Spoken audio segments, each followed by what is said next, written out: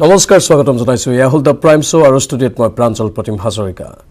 আজি the prime show কেইবাটাও ভাগত বিভক্ত কৰি আমি কেইবাটাও খিতানত আপোনালোকৰ বাবে আনিম প্ৰথমটো খিতানত বিশেষ কেইটামান খবৰৰ ওপৰত আমি পৰ্যালোচনা কৰিম আমাৰ জ্যেষ্ঠ সাংবাদিকসকল লাইভত থাকিব দ্বিতীয়টো খিতানত তিনিগৰাকী বিশেষ ব্যক্তি আমাৰ সৈতে ষ্টুডিঅ'ত উপস্থিত থাকিব তিনিগৰাকী লেখক কিন্তু তিনিগৰাকীৰ অনন্য এক পৰিচয়ও আছে এজন খেতিয়ক এজন সংগীতজ্ঞ এজন হল বাছ চালক আৰু তাৰ পাছৰ খিতানত আন কেইবাটাও খবৰৰ ওপৰত আমি পুনৰ পৰ্যালোচনা কৰিম এটা প্ৰথম খিতানৰ যেহেতু খবৰ 2 এপ্ৰিলত ৰাজ্যসভাত অন্ত পৰিব কংগ্ৰেছৰ দুই সাংসদ ৰিপুন বৰা আৰু ৰাণী নৰহৰ কাৰ্যকাল নিৰ্বাচনলৈ হাতত মাত্ৰ এটা মাহ থকা অৱস্থাত দ্বিতীয়খন আসনক লৈ বাকযুদ্ধ আৰম্ভ হৈছে শাসক বিৰোধীৰ মাজত আৰু তাৰ মাজতে এআইডিএফে আৰম্ভ কৰিছে নতুন অংক প্ৰথমে এই প্ৰতিবেদন আগবঢ়াই লৈছো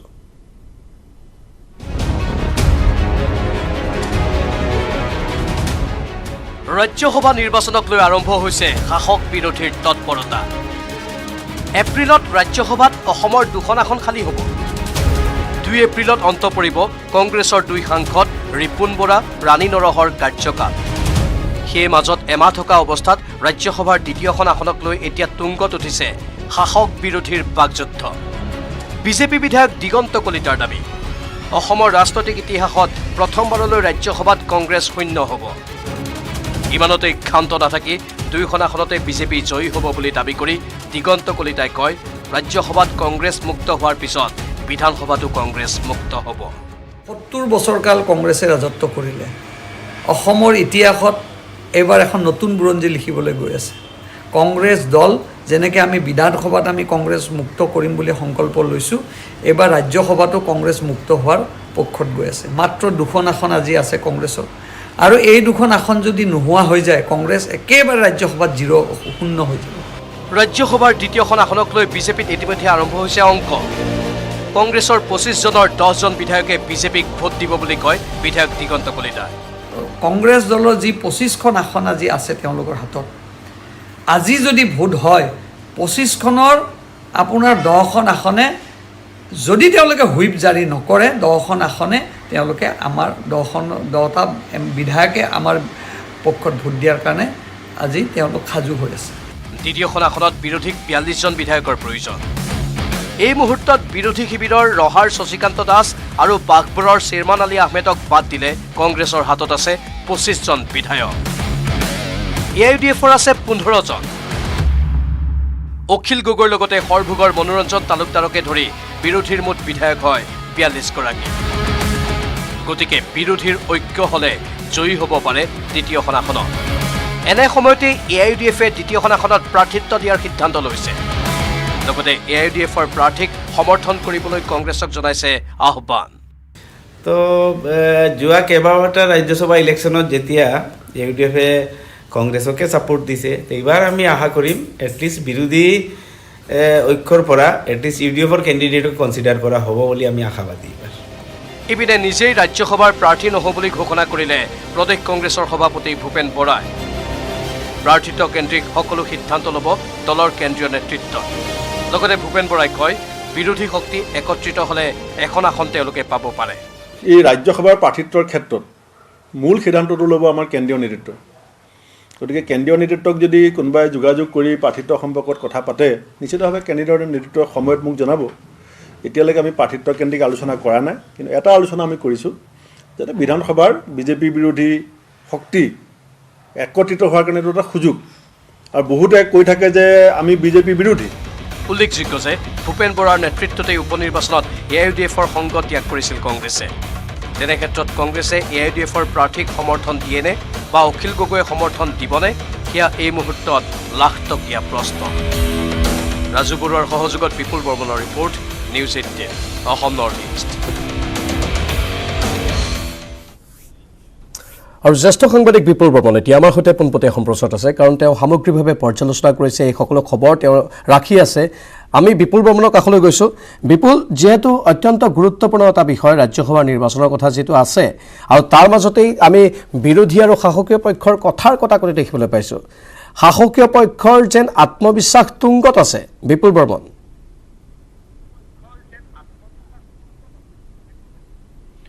প্ৰাঞ্জল চাওক 2016 চনত যেতিয়া তৰুণ গগৈ অসমৰ মুখ্যমন্ত্ৰী হৈ আছিলে সেই সময়ত চৰকাৰ যোৱাৰ দুমাহ আগতে ৰিপুণ বৰা আৰু ৰাণী নৰত তেওঁলোকে যিহেতু সেই সময়ত কংগ্ৰেছৰ সংখ্যা আছিলে তেওঁলোকৰ গতিকে তেওঁলোক দুয়োজনে ৰাজ্যসভালৈ নিৰ্বাচিত হৈছিলে আৰু তেওঁলোকৰ টাৰ্মটো অভাৰ হ'ব অহা 2 এপ্ৰিলৰ দিনাখন যে 6 বছৰৰ কাৰণে কাৰ্যকাল থাকে ৰাজ্যসভাত গতিকে 2 এপ্ৰিললৈ মাজত মাত্ৰ ফেব্ৰুৱাৰী মাহটো বাকী আছে জানুৱাৰী আজি 5টা দিন গ'লেই গতিকে এনেকুৱা এটা সময়ত এমাহ যিহেতু মাজত বাকী আছে এতিয়া শাসক বিৰোধী দুইটা দলৰ শাসক বিৰোধী দুইটা পক্ষৰ মাজত এতিয়া তেওঁলোকৰ বাকযুদ্ধ তুংগত উঠিছে প্ৰথমতে বিজেপি ফালৰ পৰা কোৱা হৈছিলে যে আগন্তুক ৰাজ্যসভা আসনত দুইখন আসনতে তেওঁলোকে জয়লাভ কৰিব আৰু তাৰ পিছত কংগ্ৰেছে এটা অংক দেখুৱাইছিলে যে কংগ্ৰেছত তেওঁলোকৰ হাতত এতিয়ালৈকে তেওঁলোকে জিকিবৰ কাৰণে 42 জন বিধায়কৰ সমৰ্থন লাগে গতিকে আৰু দুজন প্লাছ তেওঁলোকৰ এমএলএ তেওঁলোকৰ হাতত আছে বুলি কৈছে গতিকে তেনেধৰণৰ যি বাকযুদ্ধ চলি আছিল আৰু আজি এটা অত্যন্ত গুৰুত্বপূৰ্ণ কথা যে কমলপুৰ সমষ্টিৰ যিগৰাকী বিধায়ক বিজেপি বিধায়ক দিগন্ত কলিতা তেখেতে আমাক জনাইছিলে যে যদিও কংগ্ৰেছৰ আজিৰ দিনত যদি আমি ৰহাৰ বিধায়কজনক শশীকান্ত দাসক বাদ দিওঁ বা বাঘবৰৰ যদি চেয়াৰমান আলী আহমেদ দুইজন নিলম্বিত হৈ আছে দুইজনক বাদ দিলেও কংগ্ৰেছৰ হাতত 25 জন বিধায়ক থাকে আৰু ARDFৰ 15 জন গতিকে 25 প্লাছ 15 40 জন হয় আৰু অখিল গগৈ আৰু মনোৰঞ্জন তালুকদাৰ দুজনক লগ লাগিলে 42 জন আৰু বিধানসভাত দ্বিতীয়খন আসন জয়লাভৰ বাবে 42 জন লাগে গতিকে তেওঁলোকৰ হাতত সাফিচিয়েণ্ট এমএলএ আছে কিন্তু দিগন্ত কলিতাই কৈছে যে যদি নিৰ্বাচন অনুষ্ঠিত হয় তেতিয়াহ'লে এই যে 25 জন কংগ্ৰেছৰ এমএলএ আছে তাৰ পৰা 10 জনেই বিজেপিক ভোট দিব বুলি এটা তাৎপৰ্যপূৰ্ণ মন্তব্য কেৱল নিউজ 18 অসম নৰ্থ ইষ্টক তেখেতে আগবঢ়াইছে আৰু তাৰপিছতে দ্বিতীয়টো এটা আজিৰ দিনটো এটা গুৰুত্বপূৰ্ণ বাইট আমি লাভ কৰিছিলোঁ সোণাই সমষ্টিৰ যিগৰাকী বিধায়ক কৰিমুদ্দিন বৰভূঞা তেখেত ARDFৰ কেন্দ্ৰীয় সমিতিৰ সাধাৰণ সম্পাদক তেখেতে আমাক কৈছিলে যে আগৰ নিৰ্বাচনবিলাকক আমি ৰাণী নৰক ভোট দিছিলোঁ কেতিয়াবা আমি অজিত ভূঞাক ভোট দিছিলোঁ গতিকে এইবাৰ ARDFৰ দলৰ আমি প্ৰাৰ্থিত্ব প্ৰক্ষেপ কৰিম আৰু বিৰোধী যিটো ঐক্য যি 42টা ভোট আৰু যদি চেয়াৰমান আৰু শশীকান্তক লগ লগা যায় তেনেহ'লে 44 গতিকে এই গোটেইকেইটা ভোট এইবাৰ ARDFৰ প্ৰাৰ্থীগৰাকীক দিয়াৰ বাবে তেওঁলোকে আবেদন জনাইছে আৰু এইটো বাইট দিছে আমাৰ লগত অফ দ্য ৰেকৰ্ড হিচাপে তেওঁলোকে কোৱা নাই আমাৰ লগত তেওঁলোকে ইণ্টাৰভিউ দিছিলে গতিকে এতিয়া ARDFে তেওঁলোকে 15 জন বিধায়ক থাকি যেনেধৰণে আগন্তুক ৰাজ্যসভাৰ দ্বিতীয়খন আসনত প্ৰাৰ্থিত্ব প্ৰক্ষেপ কৰাৰ এটা অংক সমীকৰণ এটা উলিয়াইছে ইয়াকে লৈ বিৰোধীত এটা আউল লাগিছে কাৰণ আমাৰ দৰ্শকে জানে যে যেতিয়াই ভূপেন কুমাৰ বৰাই তেখেতে প্ৰদেশ কংগ্ৰেছৰ সভাপতি হৈছিলে তাৰপিছত উপ নিৰ্বাচনত তাৎক্ষণিকভাৱে তেখেতসকলে ARDFৰ সৈতে সংগত ত্যাগ কৰিছিলে গতিকে এতিয়া পুনৰ তেওঁলোকৰ এই ফলাফল জোৰ লাগিবনে নাই আৰু আনহাতে অখিল গগৈক বাৰম্বাৰ ARDFক বিৰোধিতা কৰি থাকে গতিকে কেনেধৰণে সমৰ্থন দিব আৰু সেই মেজিক নাম্বাৰ 42 টাচ কৰিব এতিয়া এইটো খুব এটা ডাঙৰ প্ৰশ্ন হৈছে আৰু দিগন্ত কলিতাই এটা কথা কৈছে যে এতিয়ালৈকে কথাটো হয় মই সমীক্ষা অনুযায়ী ক'ব বিচাৰিছোঁ যে 50ৰ দশকৰ পৰা যদি আমি চাওঁ তেতিয়া ফখৰুদ্দিন আলী আহমেদ ডাঙৰীয়াই তেওঁ ৰাজ্যসভাৰ সাংসদ আছিলে অসমৰ পৰা আৰু এতিয়াও দুজন আছে ৰিপুণ বৰা ৰাণী নৰ আছে গতিকে দিগন্ত কলিতাই কৈছে যে তেওঁলোকে এটা পুৰণি দল 137 বছৰীয়া দল 70 বছৰে দেশক শাসন কৰিছে আৰু সেই দলটোৱে এবাৰ প্ৰথমবাৰলৈ অসমত ৰাজ্যসভাৰ আসন শূন্য হ'বলৈ গৈ আছে আৰু শূন্য হ'ব বুলি তেখেতে এটা তাৎপৰ্যপূৰ্ণ মন্তব্য আগবঢ়াইছে কিন্তু প্ৰাঞ্জল মই ৰাজ্যসভাৰ আমাৰ যিটো ষ্ট্ৰেংথ আছে সেইটো মই ক'ব বিচাৰিছোঁ এই মুহূৰ্তত অসম গণ পৰিষদৰ এজন আছে বীৰেন্দ্ৰ প্ৰসাদ বৈশ্য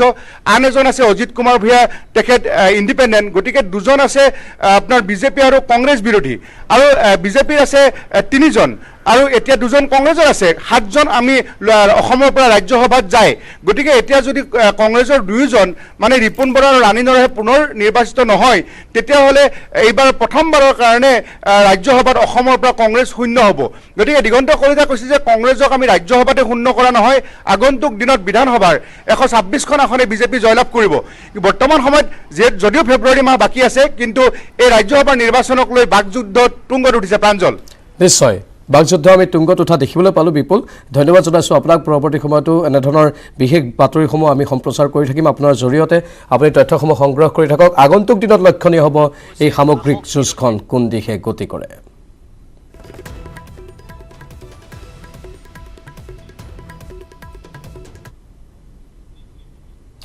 কৰোনাৰ নতুন ভেৰিয়েণ্ট অমিক্ৰণৰ দ্ৰুত সংক্ৰমণে অধিক উদ্বিগ্ন কৰি তুলিছে দেশবাসীক ইখনৰ পিছত সিখন ৰাজ্যত অমিক্ৰণ সংক্ৰমিত লোক চিনাক্ত হোৱাৰ পিছত কঠোৰ হৈছে চৰকাৰ প্ৰশাসন কৰোনাৰ তৃতীয় ঢৌৰ প্ৰতি লক্ষ্য ৰাখি কেইবাখনো ৰাজ্যত জাৰি কৰা হৈছে নৈশ সান্ধ্য আইন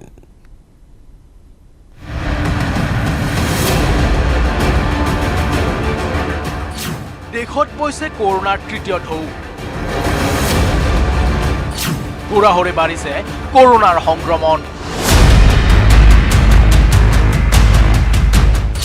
অমিক্ৰণে মাতিছে অশনি সংকেত পুনৰবাৰ দেশত আগ্ৰাসী ৰূপ ধাৰণ কৰিছে মহামাৰী কৰোনাই দ্ৰুত সংক্ৰমক অমিক্ৰণ অহাৰ লগে লগে দেশত ঊৰ্ধ্বগামী হৈছে কৰোনাৰ সংক্ৰমণ মঙলবাৰৰ তুলনাত 55% অধিক আক্ৰান্ত হৈছে কৰোনা ভাইৰাছত নতুনকৈ 58,097 জন লোকৰ দেহত ধৰা পৰিছে কৰোনাৰ অৱস্থিতি ইয়াৰে 18,464 জন লোক আক্ৰান্ত হৈছে মহাৰাষ্ট্ৰত ইপিনে বিগত 24 ঘণ্টাত মৃত্যুমুখত পৰিছে 534 জন কোভিড ৰোগী বৰ্তমানলৈকে সমগ্ৰ দেশত চিকিৎসাধীন হৈ আছে 2,14,097 জন কৰোনা আক্ৰান্ত আনহাতে বিশ্বৰ কেইবাখনৰ ৰাষ্ট্ৰৰ লগতে ভাৰততো কৰোনাৰ নতুন ভেৰিয়েণ্ট অমিক্ৰণে লগাইছে হাহাকাৰ 24খন ৰাজ্য তথা কেন্দ্ৰীয় শাসিত অঞ্চললৈ দ্ৰুত গতিত বিয়পিছে অমিক্ৰণৰ সংক্ৰমণ এই পৰ্যন্ত দেশৰ 2,135 জন লোকৰ দেহত ধৰা পৰিছে কৰোনাৰ নতুন ভেৰিয়েণ্টৰ অৱস্থিতি ইয়াৰে 653 জন অমিক্ৰণ আক্ৰান্তৰে শীৰ্ষত আছে মহাৰাষ্ট্ৰ দিল্লীত 464 জন কেৰালাত 185 জন ৰাজস্থানত 174 জন গুজৰাটত 154 আৰু তামিলনাডুত 121 জন লোক আক্ৰান্ত হৈছে অমিক্ৰণত ইপিনে দেশত কৰোনাৰ তৃতীয় ঢৌ অহাৰ লগে লগে অধিক তৎপৰ হৈছে কেন্দ্ৰ তথা ৰাজ্য চৰকাৰসমূহ দিল্লীৰ পিছত কৰ্ণাটকত ঘোষণা কৰা হৈছে সপ্তাহান্তিক কাৰফিউ লগতে কেইবাখনো ৰাজ্যত ইতিমধ্যে বলবৎ কৰা হৈছে নৈশ সান্ধ্য আইন একেদৰে উত্তৰ প্ৰদেশত কংগ্ৰেছে পিছুৱাই দিছে লড়কি হু লড় সকতি হু শীৰ্ষক ৰেলী সমান্তৰালকৈ বিশাল নিৰ্বাচনী ৰেলী বাতিল কৰিবলৈ নিৰ্বাচন আয়োগলৈ পত্ৰ লিখিছে উত্তৰ প্ৰদেশ কংগ্ৰেছ কমিটিয়ে এইপিনে কৰোনাৰ পৰিস্থিতি অধিক অৱনতি ঘটিলে অসমত পৌৰ নিৰ্বাচন পিছুৱাই দিয়াৰো ইংগিত দিছে মুখ্যমন্ত্ৰী হিমন্ত বিশ্ব শৰ্মাই মুঠৰ ওপৰত পুনৰবাৰ কৰোনাই প্ৰভাৱ পেলাবলৈ আৰম্ভ কৰিছে দেশৰ জনগণৰ ওপৰত সকলোৰে চিন্তা পুনৰ ঘূৰি আহিব নেকি পূৰ্বৰ বিভীষিকাময় দিনবোৰ কিয়নো কৰোনা মহামাৰীয়ে লৈ অহা লকডাউন সঠিক পৰিৱেশে বিগত 2 বছৰে টচ নচ কৰি গ'ল সাধাৰণ জনজীৱন বহুতৰে জীৱনলৈ নমাই আনিলে কাল অমানিশা news desk report news 18 Assam north east এতিয়া যেন অসম চৰকাৰেও কঁকালত টঙালি বান্ধিছে নতুন এছঅপি হয়তো প্ৰকাশ পাবও পাৰে কাইলৈৰ দিনটোত আজি স্বাস্থ্যমন্ত্ৰীয়ে সংবাদমেল সম্বোধন কৰিলে আৰু তেওঁ চিন্তা ব্যক্ত কৰিলে এই অমিক্ৰণ বা কৰোনাক লৈ আমাৰ জ্যেষ্ঠ সাংবাদিক বলেন ভট্টাচাৰ্যই এই খবৰটোৰ ওপৰত দৃষ্টি ৰাখি আছে বলেন পোনপটীয়া সম্প্ৰচাৰত গৈছোঁ আপোনাৰ কাষলৈ স্বাস্থ্যমন্ত্ৰীয়ে সংবাদমেল সম্বোধন কৰিলে অমিক্ৰণক লৈ সকলোৰে এতিয়া চিন্তাৰ উদ্ৰেক ঘটিছে অসমত দুজনকৈ লোক অমিক্ৰণত আক্ৰান্তৰ খবৰ আহিছে আৰু কি কি তথ্য আছে ৰাজ্য চৰকাৰ কেনেধৰণে সাজু হৈছে নতুন এছঅপি প্ৰকাশ কৰিব পাৰে নেকি আগন্তুক এদিন বা দুদিনৰ ভিতৰত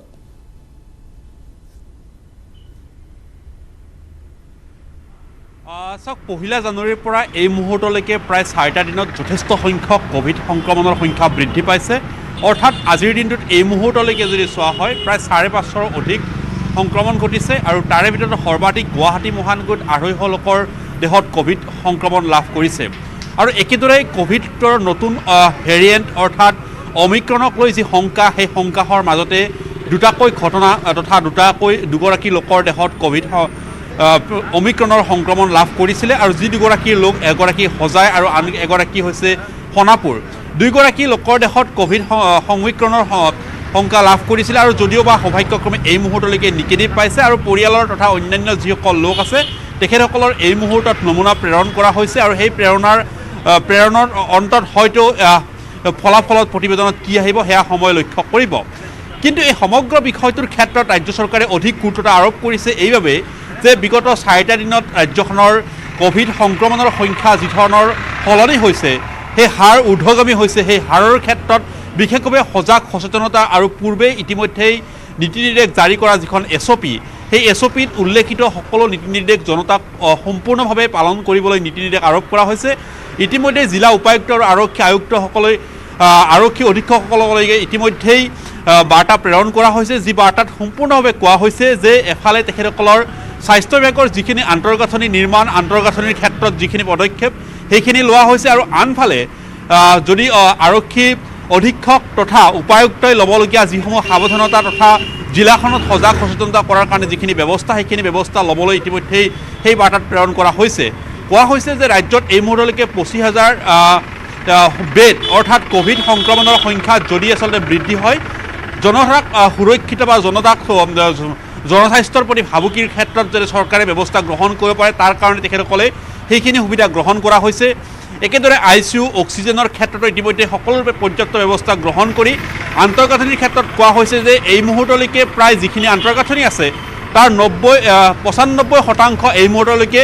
খালী আছে অৰ্থাৎ যিকোনো পৰিস্থিতিৰ সৈতে যুঁজিবলৈ এই মুহূৰ্তত ৰাজ্য চৰকাৰ প্ৰস্তুত একেদৰে কোৱা হৈছে যে গুৱাহাটী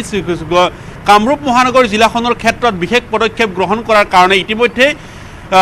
MMCHৰ যিহেতুকে সম্পূৰ্ণভাৱে ভাঙি দিয়া হৈছিলে বা সেইটো প্ৰকল্প নতুনকৈ লোৱা হৈছিলে এই মুহূৰ্তৰ এই শংকা প্ৰকাশ কৰি ৰাজ্য স্বাস্থ্যমন্ত্ৰীগৰাকীয়ে কোৱা হৈছে যে এটা বিল্ডিঙৰ ক্ষেত্ৰত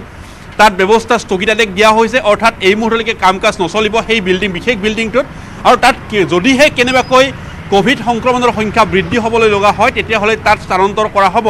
গতিকে এই ধৰণৰ এটা প্ৰকল্পৰে এই মুহূৰ্তত আগবাঢ়িছে আৰু অহাকাইলৈ অত্যন্ত গুৰুত্বপূৰ্ণভাৱে ৰাজ্যৰ মুখ্যমন্ত্ৰী হিমন্ত বিশ্ব শৰ্মা তথা স্বাস্থ্য বিভাগৰ বিষয়া কৰ্মচাৰীৰ সৈতে এখন পৰ্যালোচনা বৈঠক অনুষ্ঠিত হ'ব আৰু সেই বৈঠকখনতে কোভিডৰ সংক্ৰান্তীয় ল'বলগীয়া যিখিনি সচেতনতা সাৱধানতা তথা আন্তঃগাঁথনিৰ ক্ষেত্ৰত কোনবোৰ দিশত এই মূৰত ত্ৰুটি আছে সেইসমূহ দিশ পৰ্যালোচনা কৰি সম্পূৰ্ণভাৱে যাতে ব্যৱস্থা গ্ৰহণ কৰিব পৰা হয় তাৰ কাৰণে কাইলৈ গোটেই দিনটো আজিৰ পৰিসংখ্যাৰ ভিত্তিত কোভিড সংক্ৰমণৰ সংখ্যা তথা পৰিসংখ্যাৰ ভিত্তিত অহাকাইলৈ যিখন বৈঠক সেই বৈঠকত হয়তো কোভিডৰ ৰাজ্যখনৰ ক্ষেত্ৰত নীতি নিৰ্দেশৰ ক্ষেত্ৰত হয়তো কিছু পদক্ষেপ হয়তো অহাকাইলৈ দিনৰ ভাগত সেই বৈঠকত হয়তো গ্ৰহণ কৰিব পাৰে নিশ্চিতভাৱে আবেলিৰ ভাগলৈকে সেই গোটেই বিষয়টো পৰিষ্কাৰ হৈ ওলাব কিন্তু স্বাস্থ্যমন্ত্ৰী ডাঙৰীয়াৰ এই মুহূৰ্তত ভাষ্য অনুসৰি জনসাধাৰণক সজাগ সচেতনতা হোৱাৰ পুনৰবাৰ আহ্বান জনোৱা হৈছে SOPত উল্লেখিত ধৰণে মাস্ক পৰিধান কৰা সামাজিক দূৰত্ব মানি চলা আৰু যি ধৰণৰ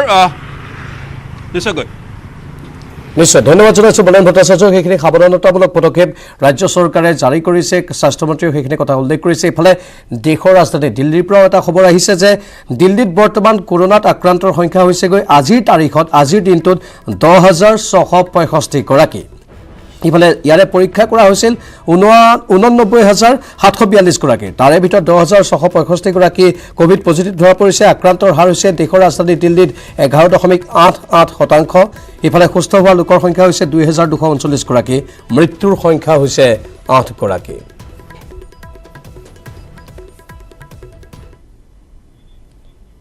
তো প্ৰাইম শ্ব'ত এইখিনিতে সময় হৈছে বাণিজ্যিক বিৰতিৰ কিন্তু বিৰতিৰ পাছতেই তিনিগৰাকী বিশেষ ব্যক্তিক আপোনালোকৰ মাজলৈ লৈ আহিম এজন সংগীতজ্ঞ এজন খেতিয়ক আৰু আন এজন হৈছে বাছ ড্ৰাইভাৰ তেওঁলোকে কিতাপ লিখে আৰু তেওঁলোকে মনৰ ভাৱো প্ৰকাশ কৰিব পোনপটীয়াকৈ আপোনালোকৰ সন্মুখত কিন্তু বিৰতিৰ পাছত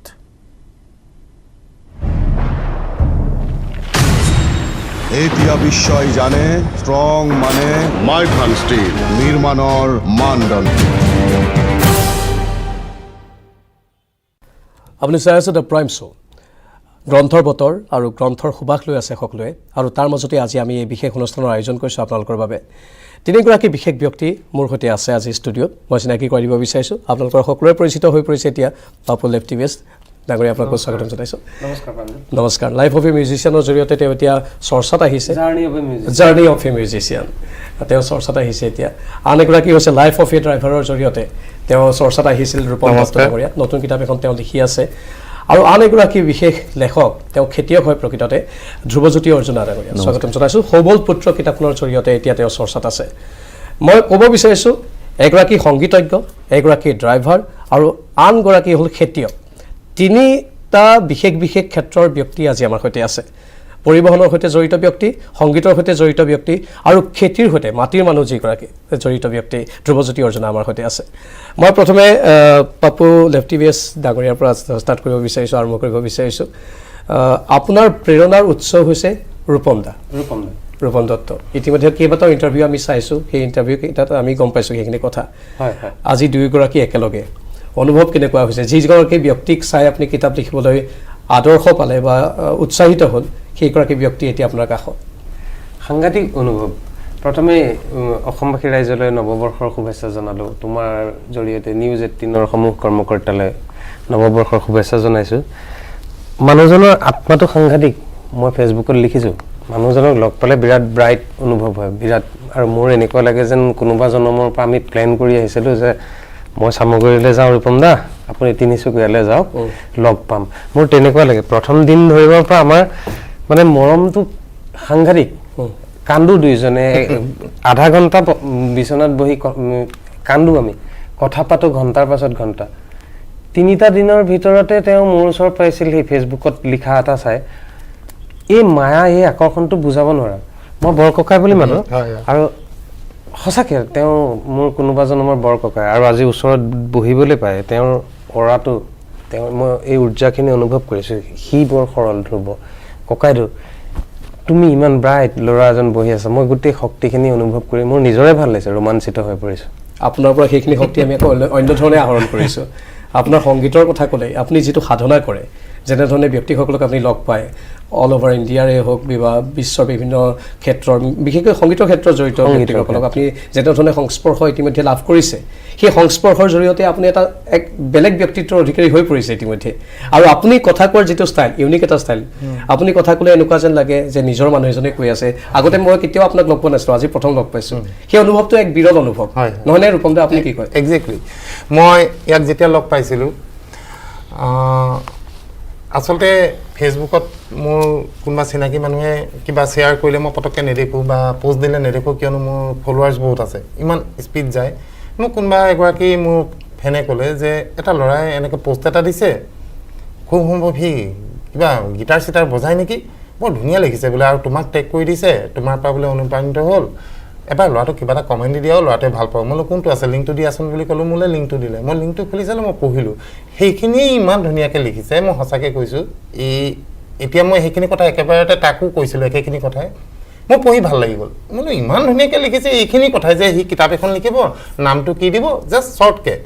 মই লগালগ মেছেজ কৰোঁ তালৈ মই লিখিলোঁ কমেণ্টত যে মই যে তোমাৰ এই লিখাখিনি ইমান ধুনীয়া হৈছে তুমি লিখা একদম নৰবাই তুমি লিখা মানে মই আছোঁৱেই তোমাৰ লগত তাৰ 3 দিনৰ পিছত মই কি তাৰপিছত সি ফোন নাম্বাৰ বিচাৰিলে ফোনাফোনি হ'ল তাৰপিছত মই 3 দিনৰ পিছত ইফালে আহিছিলোঁ আহোঁতে ইয়াৰ ঘৰত সোমালোঁ মই ছাৰ সেইটো কেনেকৈ আত্মমিলন হ'ল ভগৱানে জানে কিবা মিলাইছে কিবা এটা একদম কোৱা ধৰণে হয় পৃথিৱীত মই মোৰ কিতাপখনত এটা লিখিছিলোঁ লাইফ অফ এ ড্ৰাইভাৰত যে দুজন মানুহৰ মিলন এনেই নহয় ক'ৰবাত নহয় ক'ৰবাত ভগৱানে কিবা এটা মিলাই থয় অংক এটা সেই অংকটো ভাল কামৰ কাৰণে কৰে সদায় এনেই আমাৰ দুটা মিলন হোৱা নাই ক'ৰবাত নহয় ক'ৰবাত আমি কিবা এটা ভাল কাম কৰিম চাগে ইয়াক লগ পাই মই ধন্য সঁচাকৈ আৰু আপুনি জেগাত ক্লিক কৰিলে আপোনাৰ সেই জেগাৰ ক্লিকটোৱে আন বহুজনক প্ৰেৰণা যোগালে কিতাপ লিখিবলৈ 110% হয় কিতাপ লিখিবলৈ আৰু তেওঁলোকে কিতাপৰ জৰিয়তে নিজৰ মনৰ ভাৱবোৰ প্ৰকাশ কৰিলে আৰু আমাৰ পঢ়ুৱৈৰ সংখ্যা এতিয়া বৃদ্ধি পাইছে আৰু গ্লেমাৰ এটা আহিছে কিতাপত সেই গ্লেমাৰ অহাটো খুব জৰুৰী কাৰণ মাজতে এনেকুৱা হৈছিল যে কিতাপৰ প্ৰতি আকৰ্ষণটো একাংশৰ কমি গৈছে আকৌ সেইটো বাঢ়িবলৈ ধৰিছে ধ্ৰুৱজ্যোতি অৰ্জুনা ডাঙৰীয়া সবল পুত্ৰ আহিছে প্ৰথমখন আপোনাৰ কিতাপ শকুনিৰ ওপৰত লিখিছে নহয় জানো সবল পুত্ৰ আৰু তাতে আপুনি এগৰাকী খেতিয়ক হয় এগৰাকী খেতিয়ক হৈ কিতাপ লিখিবলৈ মন গ'ল তাকো লিখিলে আপুনি সবল পুত্ৰ শকুনিৰ ওপৰত কিয় পোনপ্ৰথমে মই অসমবাসীলৈ মোৰ প্ৰণাম জনাইছোঁ আপোনালোকলৈ ধন্যবাদ কিতাপখন আৰম্ভণিৰ যিটো ইনস্পিৰেশ্যন মোৰ ইনস্পিৰেশ্যনো ৰূপম দাই কাৰণ কেমেষ্ট্ৰি আজি মানে এনেকুৱা হৈছে মোৰ নামটো অৰ্জুনা হিচাপে ৰাখিছোঁ আজিও মই ফিল কৰিছোঁ যে আমাৰ 3জনৰ ভিতৰত মই কনিষ্ঠ যুধিষ্ঠিৰ ভীম আৰু অৰ্জুন যদি ধৰা হয় ইয়াতো মই অৰ্জুনা হৈ আছোঁ এক্সেক্টলি আপোনাৰ এইখন আৰম্ভ কৰিছিলোঁ মই লকডাউনৰ টাইমত সৰুৰ পৰা মোৰ এটা চখ আছিলে যে এনেকুৱা মহাকাব্যবোৰ পঢ়ি থাকোঁতে কথাবোৰ অলপ বেলেগ ধৰণে চিন্তা কৰিবলৈ ল'লোঁ যেতিয়া প্ৰথম মোক চিন্তাটো আনি দিছিলে আমিষ ত্ৰিপাঠী শিৱ ত্ৰিলজী যেতিয়া পঢ়িছিলোঁ তেতিয়া দেখিছোঁ শিৱক এনেকৈও চাব পাৰি নি এজন সাধাৰণ মানুহ হিচাপেও চাব পাৰি নেকি এইটো এংগলতে মহাভাৰতখন মই চাবলৈ ষ্টাৰ্ট কৰিলোঁ মহাভাৰতখন চাবলৈ আৰম্ভ কৰোঁতেই দেখিছোঁ যে তাত বেলেগ এটা এংগল সোমাই আছে যিটো এংগল আমাৰ পৰা লুকুৱাই থোৱা হৈছিলে আচলতে সেই এংগলটোনো কি বা মহাভাৰতৰ যিখিনি মহাভাৰতীয় পৰিঘটনাখিনি স্পণ্টেনিয়াছ নহয় সি নিজে নিজে হোৱা নহয় সি তাৰ পূৰ্বৱৰ্তী ঘটা কিছুমান ঘটনাৰ কাৰণেহে মহাভাৰতখন সংঘটিত হ'বলৈ পালে এই সংঘটিত হোৱা ঘটনাখিনি কি সেইখিনি খুচৰি মেলি মই সবল পুত্ৰত আনিছোঁ বঢ়িয়া আৰু মই জনাত আপোনাৰ এই সবল পুত্ৰখন লিখাৰ আঁৰত আমাৰ নিউজ 18ৰ এগৰাকী জ্যেষ্ঠ সাংবাদিকৰো কিছু হাত আছে মণি ভট্টাচাৰ্য হয় মণিদাৰ লগত মোৰ সম্পৰ্ক বহু বৰ্ষই হৈ গ'ল মোৰ ছ'চিয়েল মিডিয়াত মই তেতিয়া প্ৰথম ফেচবুক কি নাজানো ভালদৰে মণিদাক লগ পাইছিলোঁ মণিদাই তেতিয়া এটা ৱেব পৰ্টেলৰ কাৰণে লিখি আছিলে সেই ৱেব পৰ্টেলত লিখি থকা মণিদাই কি ভাল পালে নাজানো অলপ 10 মিনিটমানৰ কাৰণে মণিদাৰ লগত কথা পাতি তেওঁ মোক সুধিলে তুমি লিখা মেলা কৰা নেকি মই বোলো মণিদা মই লিখা মেলা কৰিছিলোঁ কিন্তু বহুত বছৰ লিখা নাই পাৰা যদি লিখাচোন সেয়াই আৰম্ভণি আৰু বৰ সুন্দৰ কথা মই এতিয়া যেহেতু আপোনালোকৰ নিজৰ নিজৰ কিতাপবোৰৰ কথা আমি এইকেইদিন কৈ আছোঁ আৰু সকলোৱে গমেই পাইছে গ্ৰন্থমেলাটো উপলব্ধ হৈয়ে আছে আৰু আদৰি লৈছে সকলোৱে বৰ বিপুল সংখ্যক আপোনালোকৰ এতিয়া অনুৰাগী অনুগামী ওলাইছে সেইটো ভাল কথা আপোনালোকে কেনেকুৱা দেখিছে এইবাৰ গ্ৰন্থমেলাৰ পৰিৱেশটো এই কৰোণা কালৰ মাজতো গ্ৰন্থমেলাত যেনেধৰণে পঢ়ুৱৈ সংখ্যা বৃদ্ধি পাইছে সেইটো এটা বৰ শুভ লক্ষণ সকলোৱে সাৱধানতা অৱলম্বন কৰিছে বাৰু ই বাৰু আগন্তুক ভৱিষ্যতৰ কি ইংগিত দিছে বুলি আপুনি ক'ব বিচাৰে প্ৰথমে মই পাপুদাৰ পৰা সুধিব বিচাৰিছোঁ এইটো বৰ শুভ লক্ষণ কিতাপ পঢ়াটো কিতাপৰ পৰিৱেশটো আকৌ ঘূৰি অহা বুলিয়ে কৈছোঁ কাৰণ যথেষ্ট ডাঙৰ হৈছে এইবাৰ মই উপস্থিত হৈ দেখিছোঁ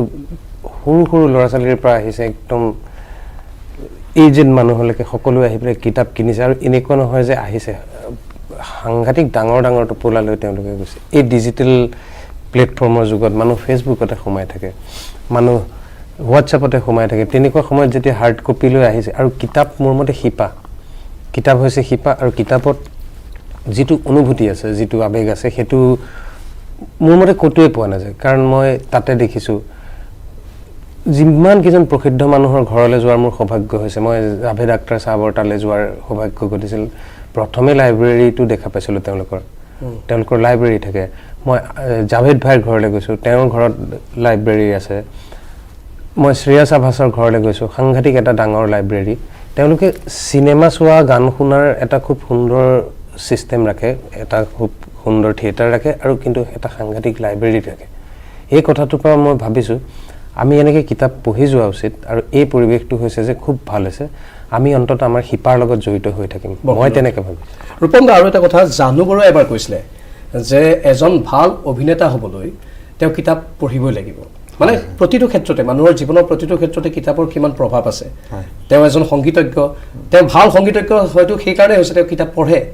আপুনি এজন ভাল পৰিবহণ উদ্যোগী সেইকাৰণে হয়তো হৈছে আপুনি কাৰণ কিতাপ পঢ়ে আপুনি একেবাৰে তৃণমূল পৰ্যায়ৰ পৰা সকলো কথা উপলব্ধি কৰে এজন সাধাৰণ মানুহৰ মনৰ ভাৱটো আপুনি হয়তো উপলব্ধি কৰে কিতাপ পঢ়ি সৰুৰে পৰাই নহয় জানো কিন্তু প্ৰতিটো মানুহে মানে প্ৰতিটো ক্ষেত্ৰতে আগবাঢ়িব হ'লে কিতাপেই মূল মানে আধাৰ হোৱা উচিত নহয় জানো হয়নে কথাটো একদম সঁচা এখন কিতাপে এখন সমাজৰ পটভূমি চেঞ্জ কৰিব পাৰে মই যেনেকৈ সৰুকৈ কৈছোঁ মই লাইফ অফ এ ড্ৰাইভাৰখনৰ কথাই কৈছোঁ তাৰ আগলৈকে ড্ৰাইভাৰ বুলি মানুহৰ মাজত যিটো চিন্তাধাৰা আছিলে আৰু সাধাৰণতে ড্ৰাইভাৰসকলক বেয়া চকুৰে মানে বেয়া অৱস্থাতে দেখিছিলে ড্ৰাইভাৰসকলে তেনেকুৱাকৈ আছিলে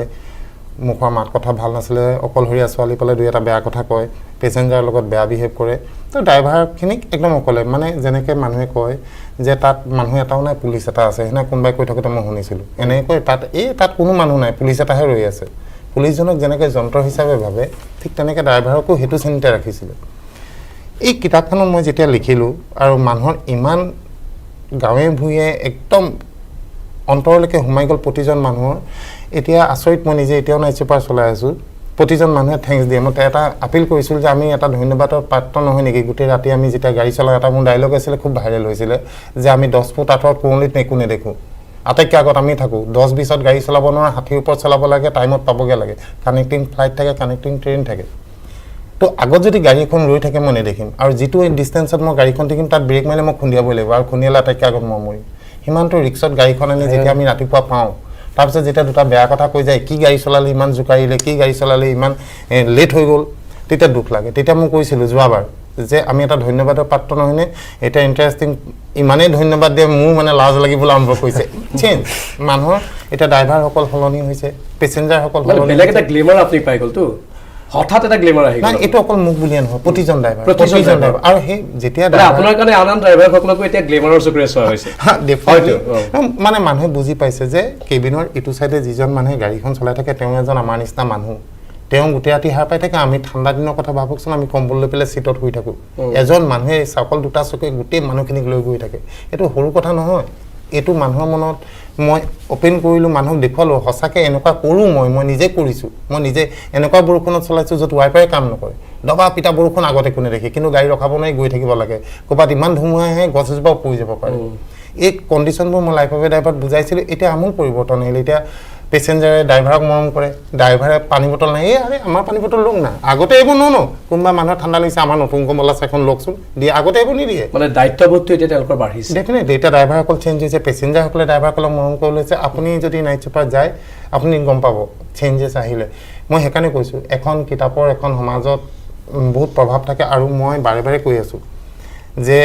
অধ্যয়ন নাথাকিলে পৃথিৱীত একো নাথাকে বৰ সুন্দৰ কথা অধ্যয়ন লাগিব আৰু এইবাৰ গ্ৰন্থমেলাত মই কালি নে পৰহি এটা ফেচবুকত পোষ্ট এটা দিছিলোঁ ফেচবুকীয়া সাহিত্য ফেচবুকে আপোনাৰ নতুন সাহিত্যৰ সৃষ্টি কৰিছে নতুন সাহিত্যিক লেখক লেখিকাৰ সৃষ্টি কৰিছে তাৰ সমান্তৰালকৈ পঢ়ুৱৈও সৃষ্টি কৰিছে আমাৰ যিটো এটা কথা হৈ আছিল যে আমাৰ অসমত পঢ়ুৱৈৰ সংখ্যা কমিছে নেকি কিন্তু যোৱাবাৰ লাইফ অফ এ ড্ৰাইভাৰখনৰ বিক্ৰীৰ ক্ষেত্ৰত যিটো ভাৰতৰ ভিতৰত ৰেকৰ্ড কৰিছে তো সেই কিতাপখনে শ্ব' কৰিলে বিক্ৰীৰ সংখ্যা পঢ়ুৱৈৰ সংখ্যা কমা নাই ফেচবুকৰ পৰাও অজস্ৰ পঢ়ুৱৈ ওলাইছে সেই পঢ়ুৱৈসকল এতিয়া আহিছে মই খুব বেছি ফূৰ্তি পাইছোঁ ইমানেই তাত মই মানুহ লগ পাইছোঁ লগ পাইছে ধ্ৰুৱই লগ পাইছে আমাৰ সেইবোৰ চব ফেচবুক ফেন সিহঁতি গ্ৰন্থমেলালৈ আহিবলৈ আৰম্ভ কৰিছে মই বাৰে বাৰে প্ৰতিটো ইণ্টাৰভিউত মই কৈছোঁ প্ৰতিজন মানুহ অসমৰ ভিন্ন প্ৰান্তত য'ত য'ত গ্ৰন্থমেলা হয় আহক কিতাপ কিনে নিকিনে বাদ দিয়ক প্ৰথম নতুন কিতাপৰ গুণটো লওক না যেতিয়া গুণ ল'ব অট'মেটিকেলি তালৈ নিশ্চয় যাব মই প্ৰতিজন মানুহক আহ্বান কৰিছোঁ প্ৰতিটো মই চব মই কৈছোঁ যে আপোনালোক আহক ঘৰৰ ওচৰত যেতিয়া গ্ৰন্থমেলা এখন হয় আহক আপুনি নালাগে আপোনাৰ কেঁচুৱাটোক লৈ আহক তাক দেখুৱাওক নতুন কিতাপৰ গুণটো কেনেকুৱা হাতত চুবলৈ দিয়ক আপুনি কিনিব নালাগে অট'মেটিকেলি সেইবোৰ যেতিয়া আপুনি এটা বস্তু সদায় দেখি থাকিব সেইটোৰ প্ৰতি নিচা এটা বাঢ়ি যায় বঢ়িয়া কথা কৈছে ধ্ৰুৱজ্যোতি অৰ্জুন ডাঙৰীয়া যিহেতু এগৰাকী খেতিয়ক আৰু এটা সময় আছিল মাজতে আমাৰ অসমীয়া মানুহৰে খেতিয়কৰ প্ৰতি ধাৰণাটো অলপ বেয়া হৈ গৈছিল কিন্তু এতিয়া আপোনালোকৰ সেই প্ৰচেষ্টাৰ জৰিয়তে ইতিমধ্যে হৈছে খেতিয়ক বুলি ক'লে এটা অনন্য গ্লেমাৰ অহা হৈছে কাৰণ এতিয়া খেতিৰ জৰিয়তে মানুহে কিমান উপাৰ্জন কৰে আৰু বিভিন্নজনক উপাৰ্জনৰ বাট মুকলি কৰি দিয়ে সেইটো আমি বাতৰিতে সম্প্ৰচাৰ কৰি থাকোঁ সেইখিনি এতিয়া আৰু মই ভাবোঁ আপোনাৰ এই কিতাপৰ জৰিয়তে আৰু অলপ তাত আৰু গ্লেমাৰ আহিব নহয় জানো ধন্যবাদ অহাটো বিচাৰোঁ আমি হয় আপোনাৰ খেতি বাৰু কেনেকুৱা কি খেতি কৰে মোৰ আমি এটা NGO চলাওঁ NGOৰ আমাৰ নিজৰ এখন ফাৰ্ম হাউচ আছে তো ফাৰ্ম হাউচত আমাৰ 10টা ফিচাৰী আছে আৰু 12 বিঘা নেমু খেতি আছে তাৰ উপৰিও বিভিন্ন ধৰণৰ আমি বহুত সময়ত কিছুমান গভৰ্ণমেণ্টৰ প্ৰজেক্ট আহে যিখিনি আমি ইমপ্লিমেণ্ট কৰি দেখাব লাগে সেইখিনি তাৰ আমাৰ ফাৰ্ম হাউচৰ কেম্পাছৰ ভিতৰত আমি কৰি দিওঁ সেইখিনি কামেদি আপোনালোকে মানে আন বহুতকে হয়তো পদ দেখুৱাইছে যথেষ্ট সংখ্যক সিহঁতৰ মানুহ তাত আমাৰ মোৰ অনুষ্ঠানটোৰ লগতে মোৰ অনুষ্ঠানটোৰ নাম মাতৃৰ লগতে প্ৰায় 300 খেতিয়ক জড়িত হৈ আছে তেওঁলোকৰ খেতিৰ নতুন পদ্ধতিৰ পৰা আৰম্ভ কৰি তেওঁলোকক প্ৰডাক্টখিনি বজাৰলৈ লৈ যোৱালৈকে এই গোটেই প্ৰচেছটোৰ লগত আমি জড়িত বঢ়িয়া কথা এইবোৰ আচলতে আমি কৈছোঁ নহয় মই কিতাপ যোনে পঢ়ে যিসকলে কিতাপ পঢ়ে বা যিসকলে কিতাপ নিজে লিখে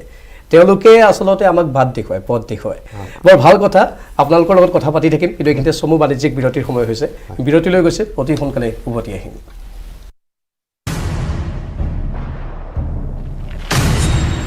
এতিয়া বিশ্বই জানে ষ্ট্ৰং মানে মাইথান ষ্টীল নিৰ্মাণৰ মানদণ্ড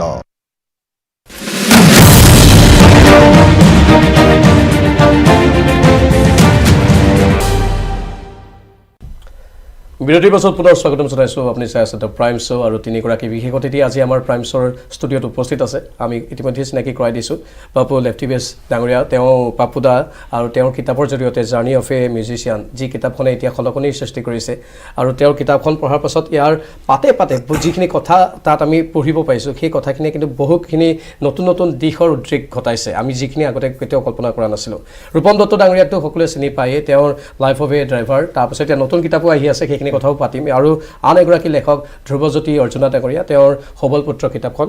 শকুনিৰ ওপৰত লিখিছে সেই কিতাপখন শকুনিক এবাৰ পজিটিভলি তেওঁ সেই কিতাপখনত উপস্থাপন কৰিছে শকুনিৰ পজিটিভিটি কেনেকুৱা হ'ব পাৰে আপোনালোকে এই কিতাপখন পঢ়িলে গম পাব মই পাপু লেফটিভেছ ডাঙৰীয়া আপোনাক আকৌ এবাৰ সুধিব বিচাৰিছোঁ কিতাপৰ কথা যিহেতু আমি পাতি আছোঁ এখনতে আপুনি সীমাবদ্ধ হ'ব নে আগন্তুক দিনত আৰু আহি থাকিব এতিয়া প্ৰাঞ্জল মই ভাবিছোঁ এতিয়া লিখি যাম অন্তত বছৰত এখনকৈ মই লিখিবলৈ চেষ্টা কৰিম কাৰণ কিতাপখন লিখাৰ পাছত প্ৰাপ্তি মোৰ প্ৰাপ্তি ঢেৰ ৰহাৰ ভণ্টি এজনীয়ে ফোন কৰিছে ৰাতি কান্দি যে পাপুদা বৌক লগ পাওঁ কাৰণ আমাৰ জীৱনৰ কিছুমান কাহিনী আছিল তাত কাৰোবাৰ অন্তৰ তেনেকৈ চুইছে লখিমপুৰৰ ভাই এটাই তাৰ ঘৰৰ বেৰত মোক আঁকি থৈছে ন' এক্সকিউজ বুলি দিছে মই কৈছিলোঁ যে আমি এক্সকিউজ দিব নোৱাৰোঁ যেনেকুৱা পৰিস্থিতিতে নহওক আমি আগবাঢ়ি যাব লাগিব নিজৰ কাম কৰি যাব লাগিব সি বাইকৰ পৰা পৰি তাৰ স্পাইন ইঞ্জুৰি হ'ল চ' সি শুই থাকে অকণমান আঁকে আকৌ শুৱে তেনেকৈ 4 দিনত সি মোৰ ফটোখন কমপ্লিট কৰিলে ভেজাল নামটো দি সি লিখে মোৰ মতে তাৰ সমান নিৰ্ভেজাল মানুহ চাগে পৃথিৱীত নাই আঁকে তাৰ আশা আছে গোটেই পৃথিৱীত হেনো সি আঁকিব মই তাৰ ঘৰলৈ যাব লাগিব এইবিলাক ডাঙৰ প্ৰাপ্তি মই তাক সুধিছিলোঁ তই ইমান আঘাত পালি তই শুই থাকিব লাগে তই কেলৈ কৰিছ কৈছে পাপুদা আপুনি যে কৈছিল নো এক্সকিউজ মই সেইকাৰণে আপোনাক আঁকি পেলালোঁ মই ইমান কৃতজ্ঞ ইমান মই সুখী ইমান মই ব্লেছড অনুভৱ কৰিছোঁ বাবা ভোলানাথে মোক এইখিনি দিলে আজি সন্যাসিনী বুলি ভণ্টি এজনী তাই নিজৰ হাতটোত বাবা ভোলানাথৰ প্ৰতিচ্ছবি অংকন কৰিছে ইয়াতে লিংগ আছে এনেকুৱা সাংঘাতিক ধুনীয়া হৈছে ছবিখন তাই নিজৰ হাততে আঁকিছে আঁকি মোলৈ পঠাই কৈছে আজি তাই গ্ৰন্থমেলাত হেনো আহি পেলাই আকৌ মোৰ আগতে সেইখিনি আঁকি দিবহি এই মৰমখিনি যেন এই মৰমখিনি বৰ দুষ্প্ৰাপ্য এইখিনি মৰমৰ কাৰণেই মই মোৰ এই লিখাটো কণ্টিনিউ কৰিম অফক'ৰ্ছ মই মুম্বাইলৈ গৈ বজাই থাকিম মোৰ সেইটোৱে যিহেতু মূল কাম পেচা বা মোৰ মূল কাম বেছখনৰ কাৰণে আজি জাৰ্ণি অৱ এ মিউজিচিয়ান হৈছে বেছখন অব্যাহত থাকিব কিন্তু তাৰ লগতে মই বছৰত অন্ততঃ এনেধৰণৰ কোনোবাই ৰং বিয়পাব পৰা কোনোবাই আঁকিব পৰা কোনোবাই কান্দিব পৰা হাঁহিব পৰা কিতাপ এখন নিশ্চয় লিখি যাম প্ৰতি বছৰে কিন্তু জীৱনৰ ঘাত প্ৰতিঘাত জীৱনৰ বাস্তৱ কিছুমান সত্য আপুনি কিতাপখন লিখিছে সেই জীৱনৰ সেই সত্যখিনি উপলব্ধি কৰিলেহে এটা ভাল সৃষ্টি হ'ব পাৰে নেকি বাৰু আপুনি সেই বুলি ভাবে নেকি মোৰ মতে সৃষ্টি অনুভৱত লুকাই থাকে প্ৰতিটো কথা শিক্ষা সাংঘাতিককৈ শিকি গৈও 360 ডিগ্ৰীৰ পাছত শেষ হয় সি আহি শূন্যত ৰহে গতিকে মোৰ মতে প্ৰথমে যদি কোনোবাই অনুভৱটো অৰ্জন কৰিব পাৰে সেইটো সংগীতৰ ক্ষেত্ৰতো সাংঘাতিক অনুভৱীজনৰ এজন শিকাৰুতকৈও সাংঘাতিক তেওঁৰ এক্সপ্ৰেছন তেওঁৰ প্ৰকাশভংগী বেলেগ হয় ঠিক তেনেকৈ মই ভাবোঁ কিতাপ এখনৰ কাৰণে জীৱনৰ এক্সপিৰিয়েঞ্চ বহুত জৰুৰী জীৱনে শিকোৱা কিতাপ পঢ়ি শিকোৱা ময়ো অত্যন্ত পঢ়িছিলোঁ সেইবিলাকতো থাকিবই কিন্তু সাংঘাতিক অনুভৱ এটা থাকিলে মোৰ মতে সকলোৱে আৰু অসমীয়াত সম্যক জ্ঞান থাকিলে আমাৰ অগ্ৰজসকলৰ যদি কিতাপ পঢ়া যায় তেওঁলোকে কেনেকৈ লিখে পঢ়িছিলোঁ ময়ো যথেষ্ট পঢ়িছিলোঁ দস্যু ভাস্কৰৰ পৰা টিংকললৈকে গতিকে এই কথাবিলাকে সহায় কৰে ৰূপম দাই কেনেকৈ সৰলকৈ লিখিছে চালে এই কথাবিলাকে সহায় কৰিব অনুভৱ কৰিব লিখিব গৈ থাকিব সকলোৱে পাৰিব মোৰ মতে আৰু আপুনি বিশেষকৈ বাবা ভোলানাথক মানে মই বাবা ভোলানাথত আছে তেওঁ ভালেই ভাল কৰে যোনে ভাবে তেওঁ বিষ পান কৰি দিছে মই সেই ফিলচফিটো অত্যন্ত মানুহ মই যে সকলোকে ভাল পোৱা উচিত কাৰণ কেইটামান দিনৰ কাৰণে আহোঁ আমি ভালেই ভাল যদি বিয়পাই যাওঁ অত্যন্ত ভাল হ'ব অন্তৰ চুই যোৱা কথা কয় আপুনি সেইটো মানে মই ৰূপম দাৰ ক্ষেত্ৰতো পাইছোঁ কোনো ধৰণৰ আৰ্টিফিচিয়েল ভাৱটো আপোনালোকৰ কথাত আমি নাপাওঁ কৃত্ৰিম ভাৱটো আমি নাপাওঁ অকৃত্ৰিমভাৱে আপোনালোকে কয় সেইকাৰণে হয়তো আপোনালোকক ইমান মানুহে ভাল পায় হয় সঁচা কথা মই ৰূপম দা আপোনাৰ নতুন কিতাপৰ কথা জানিব বিচাৰিছোঁ সকলোৱে ভাবি আছিল এইবাৰ গ্ৰন্থমেলাতে আপোনাৰ নতুন কিতাপখন আহিব নাই এবাৰ আহিলে মোৰ নতুন কিতাপখন সপোনৰ শেষত বুলি এখন আহিলে আচলতে লাইফ অফ এ ড্ৰাইভাৰৰ ছেকেণ্ড পাৰ্টটোৰ কথা life of a driver second পাৰ্টটো অহাবাৰ গ্ৰন্থমেলাত আহিব সেইখন মই লিখিবলৈ আৰম্ভ কৰিছোঁ অলৰেডি এইবাৰ যিখন কিতাপ আহিলে তাত কেনেকুৱা পাইছে আপুনি পাঠকৰ সমাদৰ ভাল পাইছোঁ কিন্তু এই দুখন কিতাপ কম্পেয়াৰ কৰিলে লাইফ অফ এ ড্ৰাইভাৰখনে মানুহে বেছিকৈ বিচাৰি আছে এতিয়াও মোকো বহুতে কৈছে ছেকেণ্ড পাৰ্টটো কেতিয়া পাব ছেকেণ্ড পাৰ্টটো অহাবাৰ গ্ৰন্থমেলাত মই যেনেকৈ হ'লেও দিবলৈ মই কমিটমেণ্ট কৰিলোঁ মানুহক আচলতে এইবাৰ সপোনৰ শেষতখন যিখন লিখিছিলোঁ এইখন মই এইবাৰ কিতাপ বনাম বুলি এবাৰো ভবা নাছিলোঁ কিয়নো আজি কেইদিনমানৰ আগত মই ইয়াৰ ঘৰত সোমাই আহিছিলোঁ তেতিয়াও মই চিয়'ৰ নাছিলোঁ যে মোৰ কিতাপ হ'ব আমাৰ অসমীয়া ভাষাৰ ছফ্টৱেৰ বিকাশ কেন্দ্ৰ অনিল বৰুৱাই মোৰ সেই লিখাবোৰৰ পৰা সেইবোৰ কালেক্ট কৰিলে তাৰপিছত কালেক্ট কৰি সেই 3খন উপন্যাস আছিলে মোৰ এখন গুলি বুলি ডিব্ৰু চৈখোৱা অভয়াৰণ্যত ভিতৰত এৰাতি মোৰ গাৰ্লফ্ৰেণ্ডে থাকিব মোৰ লগত তাৰ কাৰণে মই যিটো প্ৰিপেৰেশ্যন কৰিছিলোঁ সেইখন মোৰ লিখা গোটেইবোৰ লেখাৰ ভিতৰত মোৰ সেইখন আটাইতকৈ ভাল লাগে এখন আছিলে ভাৱনাৰ ইটো পাৰে ভূতৰ ট্ৰেণ্ডটো কমি গৈছিলে মানুহে ভূতলৈ ভয় কৰা কমি গৈছিলে সেইকাৰণে মই ৰাতি 9টা বজাত এখন চিৰিয়েল বনাইছিলোঁ এখন এপিছ'ড ৱাইজ দিছিলোঁ এখন মানুহে বহুত ভয় খাইছিলে ভাৱনাৰ ইটো পাৰে বুলি সেইখন আছিলে আৰু এখন আছিলে চেতনাৰ অৱচেতন মনত মই কেনেকৈ মই লিখাটো আহিলে কেনেকৈ মই লাইফ অফ এ ড্ৰাইভাৰ লিখিলোঁ সেইটো আছিলে সপোনৰ শেষত আৰু এই 3খন সৰু সৰু উপন্যাস আছে এই সপোনৰ শেষত কিতাপখনত আৰু মই মাজে মাজে মোৰ মনৰ ভাৱ কিছুমান অন্তৰ অনুভূতি কিছুমান প্ৰেমৰ ওপৰত কিছুমান নাইট চুপাৰখনে মোৰ লগত অভিমান কৰে তেনেকুৱা কিছুমান সৰু সৰু মই লিখিছিলোঁ সেইবোৰ সকলো সন্নিৱিষ্ট কৰি সপোনৰ শেষত কিতাপখন এইবাৰ হৈছে এইখন বাছৰ পৰা অলপ বেলেগ লাইফ অফ এ ড্ৰাইভাৰতকৈ মানে আপুনি এটা পৃথক ধাৰা এটা দিবলৈ চেষ্টা কৰিছে কেৱল যে মানুহৰ হয় নহয় এনেকুৱা এটা ধাৰাত গৈ থাকিলে সেই ধাৰাৰে মানুহে বিচাৰিব বুলি কিন্তু আপুনি চেষ্টা কৰিছে যাতে বেলেগ এটা ধাৰাৰো কিতাপ লিখি আপুনি পাঠকক যাতে আকৰ্ষিত কৰিব পাৰে বা পাঠকে যাতে ভাল পায় ডেফিনেটলি যেতিয়া লিখিছোঁ যেতিয়া পাঠকক সকলো সোৱাদ দিব পাৰিব লাগিব মই অকল বাছৰ কথাই কিমান লিখিম তিনিচুকীয়া গুৱাহাটী অহা যোৱা কৰিলোঁ আৰু এটা টাইমততো শেষ হ'বগৈ চ' মই ভাবি আছোঁ মই লিখাটো চব প্ৰেমৰ ওপৰতে লিখিম মই বেলেগৰ ওপৰত মোৰ প্ৰেমৰ ওপৰত লিখি ভাল লাগে মোৰ তাৰ ফিলিংছটো মোৰ ভাল লাগে অনুভৱটো ভাল লাগে আৰু ইণ্টাৰেষ্টিং মই যেতিয়া কিছুমান ট্ৰেজেডি চিন মই লিখি থাকোঁ মই সঁচাকৈ মইতো চব মোবাইলতে লিখোঁ মোবাইলত লিখে ধ্ৰুৱৰ মোবাইলতে লিখে মোৰ চকু পানী পৰি থাকে মানে সেইটোত মই ইমান বেয়াকৈ মই ইনভলভ হৈ যাওঁ ইমান ভিতৰলৈ সোমাই যাওঁ যেনেকৈ লাইফ অফ এ ড্ৰাইভাৰ লিচাৰ চিঠিখন মই সেইখন এবাৰ লিখিছোঁ কোনো এডিট হোৱা নাই না কমা এটা তাত চেঞ্জ হৈছে না দাড়ি এডাল চেঞ্জ হৈছে সেইখন মই এতিয়াও পঢ়িব নোৱাৰোঁ মোৰ এতিয়াও চকু পানী ওলায় আৰু লাইফ অফ এ ড্ৰাইভাৰ কিতাপখন আপোনাক ক'লে অলপ আশ্চৰ্য লাগিব মই আজিলৈকে 4 পেজৰ ওপৰত পঢ়ি পোৱা নাই মই আজিলৈকে সেইখন কিতাপ নাজানো মোৰ মাজৰ পেজ এটা ফালি আনি যদি মোক দিয়ে এইখন কোনে লিখিছে কওক মই নাজানিম মই লিখা বুলি সেইখন মই আজিলৈকে লাইফ অফ এ ড্ৰাইভাৰ কিতাপখন পঢ়ি পোৱা নাই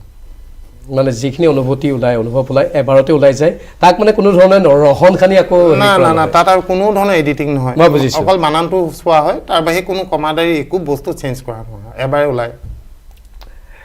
ধ্ৰুৱজ্যোতি অৰ্জুনা ডাঙৰীয়া এওঁলোকৰ এই সংস্পৰ্শটো এটা অনন্য অনুভৱ নহয়নে বাৰু মই উপভোগ কৰিছোঁ মই যোৱা বৰ্ষটো মানে 31 ডিচেম্বৰৰ নিশা পাপুদালৈ ফোন কৰিছোঁ পাপুদাৰ লগত মোৰ সম্পৰ্কটো বেলেগ মই সেইটো বহুতবাৰ মোৰ ফেচবুকৰ একাউণ্টতো লিখিছোঁ মই এইটো যে এই বছৰৰ প্ৰাপ্তি মোৰ সবল পুত্ৰতকৈ মোৰ দাদা এজন ভাল কথা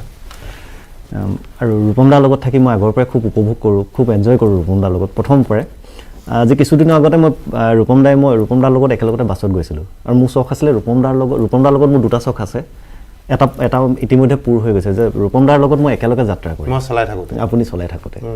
আমি লাইভো দিছিলোঁ সেই সময়ত তেতিয়া দেখিছিলোঁ মানুহৰ কেনেকৈ মানসিকতা সলনি হৈছে আগতে যিটো ড্ৰাইভাৰ বুলি ক'লে যিটো সাধাৰণতে মানুহে কি কৰে এনেকুৱা ব্লু কালাৰ জববোৰ খুব তলৰ বুলি ভাবে কিন্তু যেতিয়া মানুহবোৰ নামি গৈছে ৰূপম দাই ষ্টেৰিঙত নাই ৰূপম দাই মই কথা পাতি আছোঁ বোধকৰ অজয় আছিল অজয়ক মানুহে ধন্যবাদ দি গৈছে আৰু সেই বস্তুটো মোক খুব ভাল লাগিছে আমি পাতিছিলোঁ সেইটো বিষয়ে কথা ইণ্টাৰেষ্টিং ধ্ৰুৱৰ দেউতাকো ড্ৰাইভাৰ হয় ঠিকে আছে বাৰু বৰ নজনা কথা কিছুমান আমি গম পালোঁ আজি আপোনালোকৰ জৰিয়তে আৰু এনেধৰণৰ আপোনালোকৰ ইণ্টাৰেষ্টিং যিবোৰ আকৰ্ষণীয় ফেক্ট আছে সেইবোৰ দৰ্শকক দি থাকক পাঠকক দি থাকক আৰু আপোনালোকে উদ্বুদ্ধ কৰি থাকক আপোনালোকৰ মূল কামটোৱে হৈছে আমাক উদ্বুদ্ধ কৰা আৰু আপোনালোকৰ এই কাৰ্যকলাপৰ জৰিয়তে বা ক্ৰিয়াকলাপসমূহৰ জৰিয়তে আন 10জনে কিন্তু ভাল কাম কৰিবলৈ প্ৰেৰণা পায় মানুহৰ বেয়া কামৰ প্ৰতি ঢাল খোৱাটো কমি যায় মই এইটো অনুভৱ কৰোঁ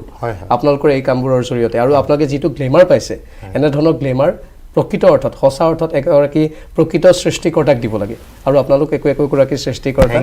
আমাৰ শুভকামনা সদায় আপোনালোকৰ লগত আছে ভাল কাম কৰি যাওক আৰু আমি আগন্তুক দিনত এনেধৰণে আপোনালোকক লগ পাই থাকিম দৰ্শকৰ বাবে নতুন নতুন অনুষ্ঠান আনি থাকিম অশেষ ধন্যবাদ জনাইছোঁ আপোনালোকক ধন্যবাদ প্ৰাঞ্জল থেংক ইউ ধন্যবাদ প্ৰিয় দৰ্শক এইখিনিতে আমি চমু বাণিজ্যিক বিৰতি লৈছোঁ বিৰতিৰ পাছত এটা প্ৰাইম শ্ব' চলি থাকিব আপুনি চাই আছে দ্য প্ৰাইম শ্ব' মাজুলীত আফ্ৰিকান সোৱাইন ফ্লুৰ আতংক আফ্ৰিকান সোৱাইন ফ্লুৰ মূল কেন্দ্ৰ হিচাপে পৰিগণিত হৈছে মাজুলী কৰতিপাৰ পঞ্চায়তৰ অন্তৰ্গত মহৰীচুক গাঁও মহৰীচুকৰ 1 কিলোমিটাৰ ভিতৰৰ গাঁওসমূহত নিষিদ্ধ কৰা হৈছে গাহৰি মাংসৰ বিক্ৰী এতিয়া সোৱাইন ফ্লুক লৈ বিশেষ সতৰ্কতা অৱলম্বন কৰা হৈছে তাত কাৰণ গাহৰিৰ পৰা সোৱাইন ফ্লু বিয়পে আৰু সেয়েহে এতিয়া গাহৰিৰ বিক্ৰীৰ ক্ষেত্ৰত নিষেধাজ্ঞা আৰোপ কৰা হৈছে আমি উল্লেখ কৰিছোঁ মাজুলী কৰতিপাৰ পঞ্চায়তৰ অন্তৰ্গত মহৰীচুক গাঁৱৰ কথা এই মহৰীচুকৰ 1 কিলোমিটাৰ ভিতৰৰ গাঁওসমূহত এতিয়া নিষিদ্ধ কৰা হৈছে গাহৰি মাংসৰ বিক্ৰী